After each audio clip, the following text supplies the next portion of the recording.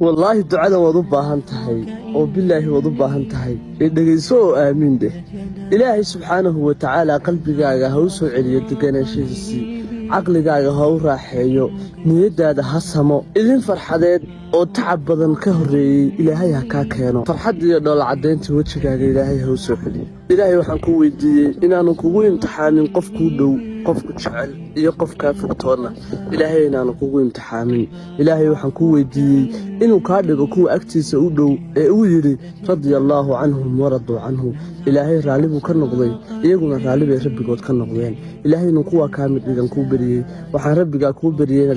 xawdka nabi maxamed sallallahu alayhi wasallam aad ka cabto maalinta qiyaamaha waxaan rabbiga ku bariyay inuu qabriga ku waasiciyo waxaan rabbiga kaaga bariyay inuu arsaaqad waasac ilaahay subhanahu wa ta'ala uu ku siiyo waxaan rabbiga kaaga bariyay in qof kasto aad ka cabanayso uu ku noqdo qof gacal iyo wehel iyo jacayl ah ilaahay waxaan ku bariyay hadii adiguna aad muuqaalkan si faafiso inuu ka mid dhigo kuwa jannada tooska